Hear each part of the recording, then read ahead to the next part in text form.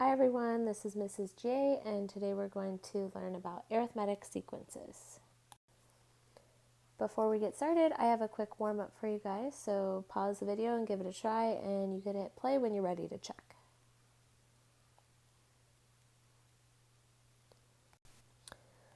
Okay, go ahead and check your work here. So you can see the process gives us two potential answers, x equals 10 and x equals 1.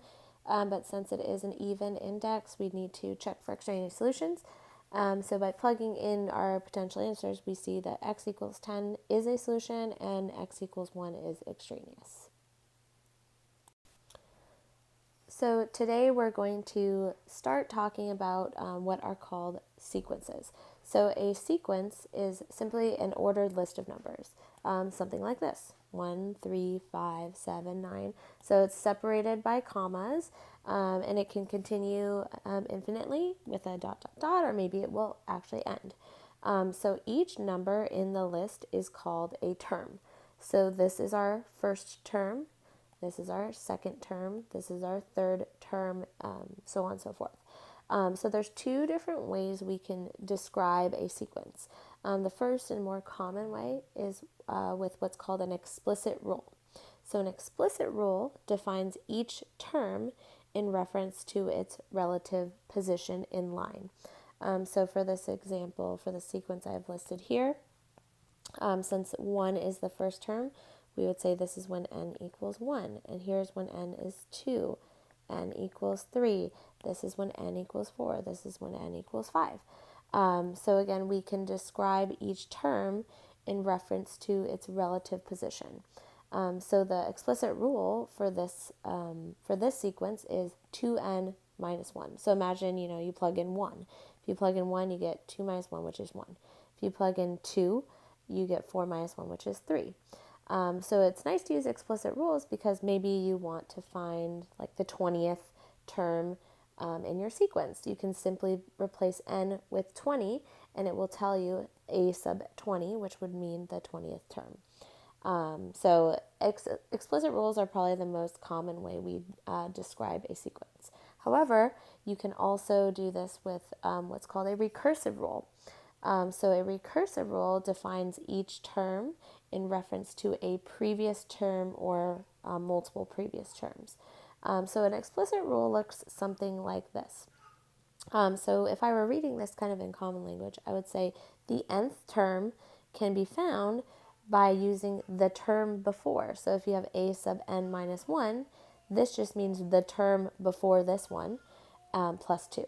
So this essentially means that you take the term before it and you add 2, which is really what you're doing. You take the term before it, you add 2. To get this term, you take the term before and you add 2. So again, instead of writing it in reference to its position in line, you're writing it in reference to a previous term. And for this, you do need to define at least the first term because you need a starting place. If you don't have a starting place, it's impossible to use a recursive rule. So there are different types of sequences, and the one that we're going to focus on for this lesson is arithmetic sequences. So an arithmetic sequence is a sequence with a common difference. Another way of putting this is you simply add or subtract the same number, which we'll call d, to get to the next term. So if each time you're adding 2 or each time you're subtracting 5, we call that an arithmetic sequence. So there are these formulas that we can use to help us write both explicit and recursive rules for arithmetic sequences. So a sub n, which we can kind of read as, well, we can read it as a sub n. But a way of thinking about what this means, it really means the nth term. So you can define any term by simply doing a sub 1, which would be the first term, plus n minus 1 times d. And remember, d is our common difference. And n is, again, the relative position in line. So n should be part of the explicit rule. So we do need to know two things. We need to know what the first term is, and we need to know what the common difference is to make this explicit rule. For recursive rules, again, since we're just adding or subtracting the same number to get to the next term, It's simply a sub n equals a sub n minus 1, which remember we can think of this as the term before. So you simply just take the term before and you add d. When you have an arithmetic sequence, it's actually quite simple to write the rule recursively, because again, you just take the term before it and you just add the common difference. But we do need to define what a sub 1 is when we are writing the recursive rule. All right, so for this first example, we're going to see if we can write the explicit and recursive rule for this arithmetic sequence, and then we're going to find the 32nd term of the sequence. So if you look, you can see that 23, 26, 29, 32, we know this is arithmetic because there is a common difference. So looking for a pattern, you can see here is plus 3, plus 3, plus 3. So that means our first term, a sub 1, our first term is 23. And we know that our common difference is 3. And then we're simply going to use our formula. And the formula is a sub n equals a sub 1 plus n minus 1 times d. So a sub n, so the nth term, is going to be 23 plus n minus 1 times 3. And then I would just distribute this and combine like terms. So we get a sub n equals 3n plus 20. So this is the explicit rule.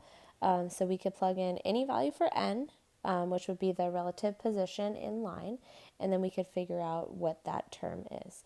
So we'll use this explicit rule to find the 32nd term in just a moment. But first, let's write the recursive rule.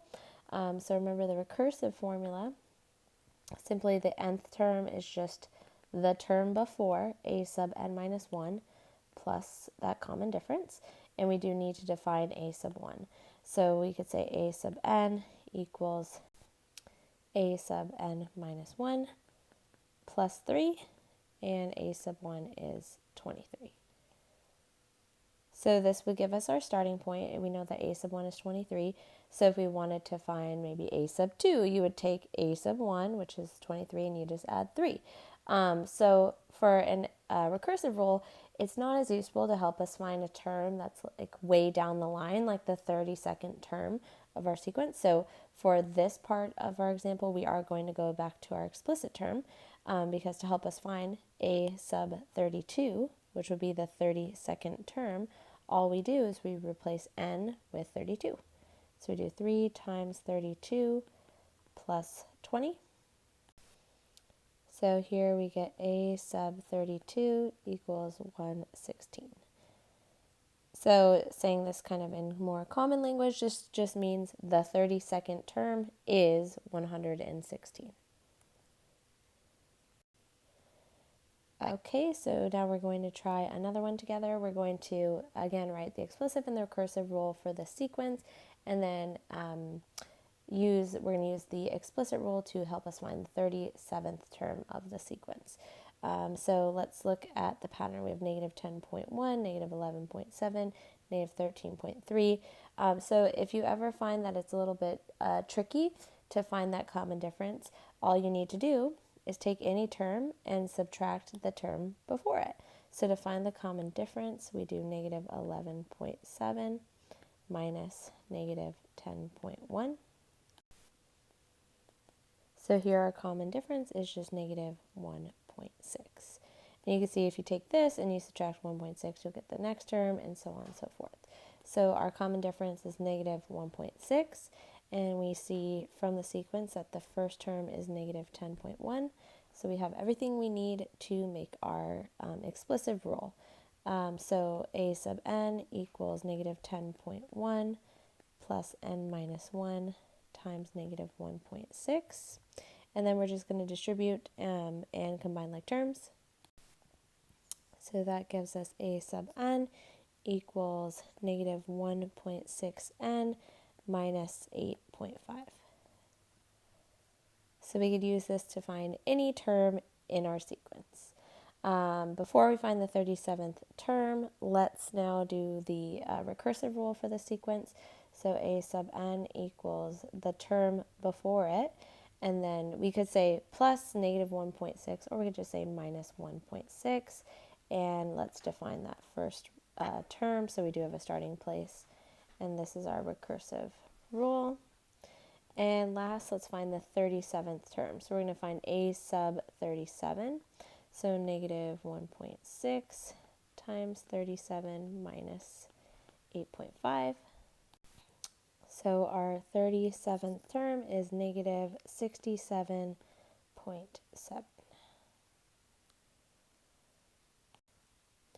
All right, so at this point, I'm going to ask you to pause the video and see if you can give this next example a try.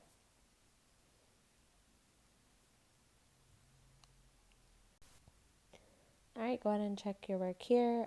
For this one, it might be better or might be helpful to think of 2 as 6/3 and to think of 6 as 18/3. Then you can see that the common difference is 4/3. Our first term is 2. So our explicit rule would be 4/3 n plus 2/3. And our recursive rule is here, a sub n minus 1 plus 4/3, and defining the first term. And we can use that explicit rule to help us find the 32nd term, which should be 1/30/3. All right, so now we're going to practice making rules for sequences when we're given different pieces of information and instead of just the list of the sequence. So for this problem, we have the common difference is given to us as negative 100, and we are told that a sub 34, so the 34th term, is negative 3,288. So we want to find the explicit rule of the sequence. So again, so far all we know is the common difference and then one of our terms. So where you can start by plugging in our common difference.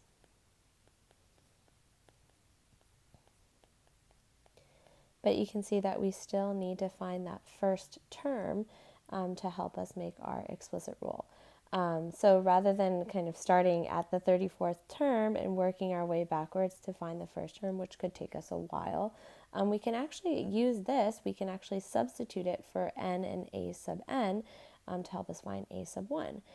So this is saying when n is 34, the term is negative 3,288. So we can substitute this for a sub n. So negative 3,288 equals a sub 1 plus, and again, this is our n value, so we'll substitute n with 34. And then we can use this to help us find a sub 1, the first term. So I'm just going to solve for a sub 1.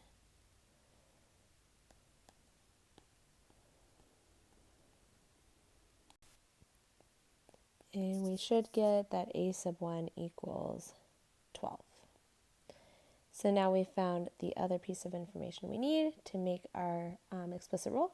So we'll go back and substitute that in. So 12 plus n minus 1 times negative 100. And then here we're just going to distribute and combine like terms. So we have negative 100n plus 112.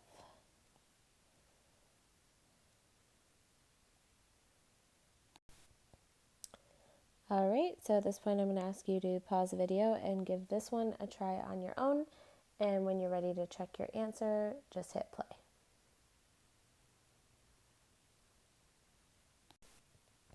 All right, go ahead and check your work here. So again, we can use the common difference to start building our explicit rule, but we still need to find a sub 1. So we can substitute n with 23 and a sub n with 196/15 to find a sub 1, which should be negative 8/5. And then we can just plug that in and distribute and combine like terms. And then once you have your explicit rule, you can actually double check it by seeing if a sub 23 is actually 196/15. So you can substitute n with 23 and see if you got your answer correct. All right, let's try another one together. Here we are told that a sub 19 is negative 571 and a sub 32 is negative 961. And we want to create the explicit rule for this arithmetic sequence.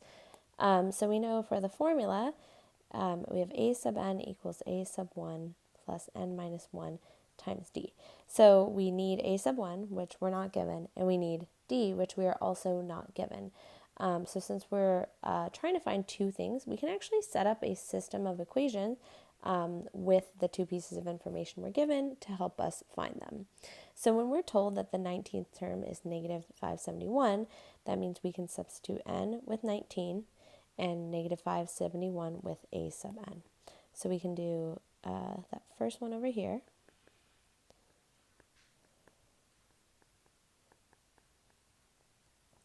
And then for the second piece of information, we're going to substitute a sub n with negative 961, and we'll replace n with 32.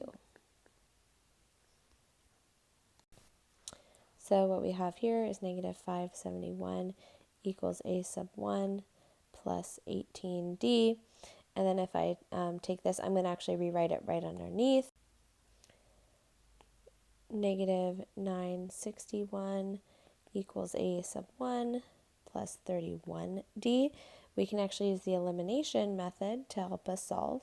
And if we subtract vertically, you can see that our a sub 1 terms disappear. And then here, if we do negative 571 minus negative 971, that gives us positive 390. Again, our a sub 1 terms disappear, and then we just have 18 minus 31, so we have negative 13d. And then here we can solve for d, so we get d is equal to negative 30. So once we have d, we can substitute that back into either of our original equations to help us solve for a sub 1. So maybe I'll go and substitute it right here.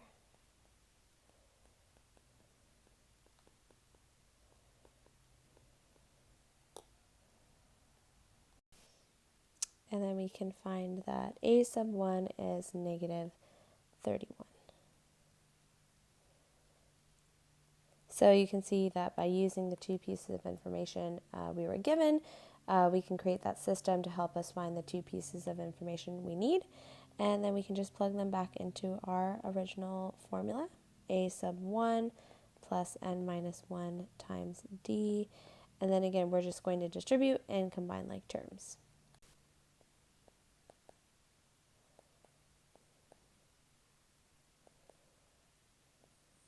So this is the explicit rule for this arithmetic sequence. And again, we can double check it by plugging in n for 19 or by plugging in n with 32 and seeing if we do in fact get the correct terms.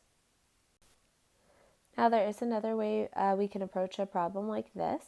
So we can say, okay, if we have the 32nd term and the 19th term, we could figure out how many terms are in between that. So you would do 32 minus 19, and there are 13 terms. So it's 13 terms apart.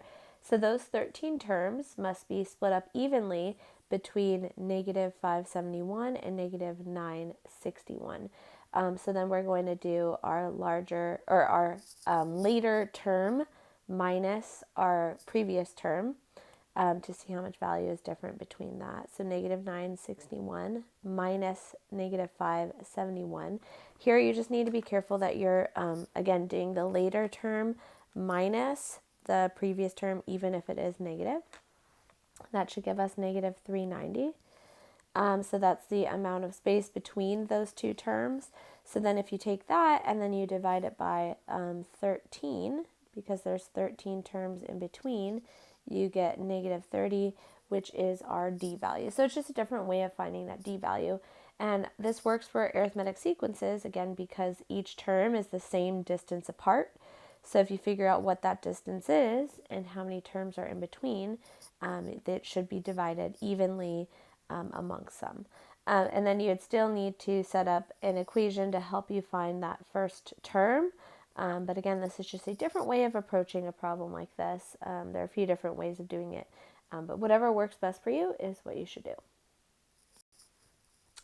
All right, so at this time I'm going to ask you to pause the video and give this one a try on your own, and then you can hit play when you're ready to check your answer.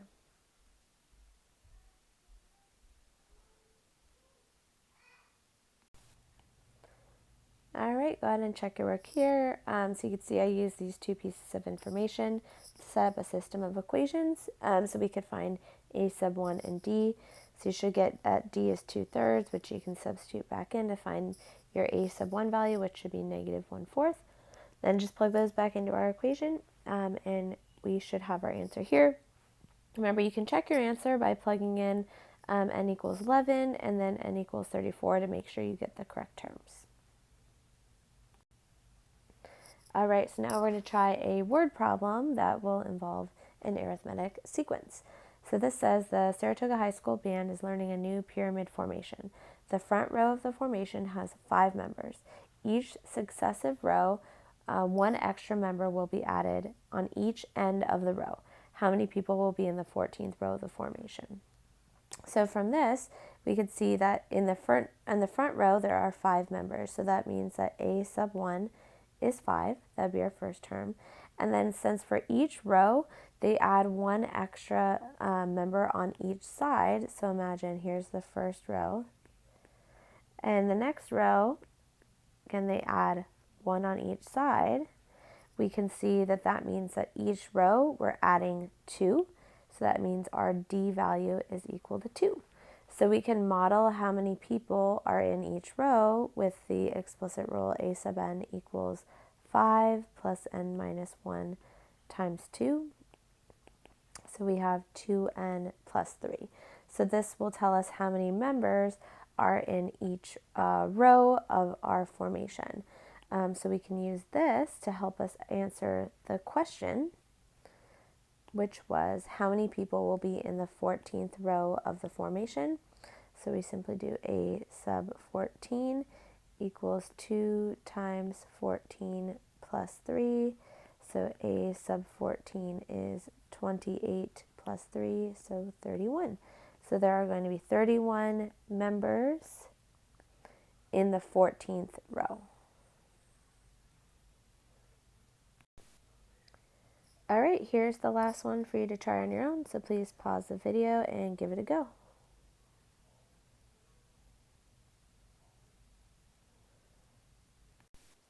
All right, go ahead and check your work here.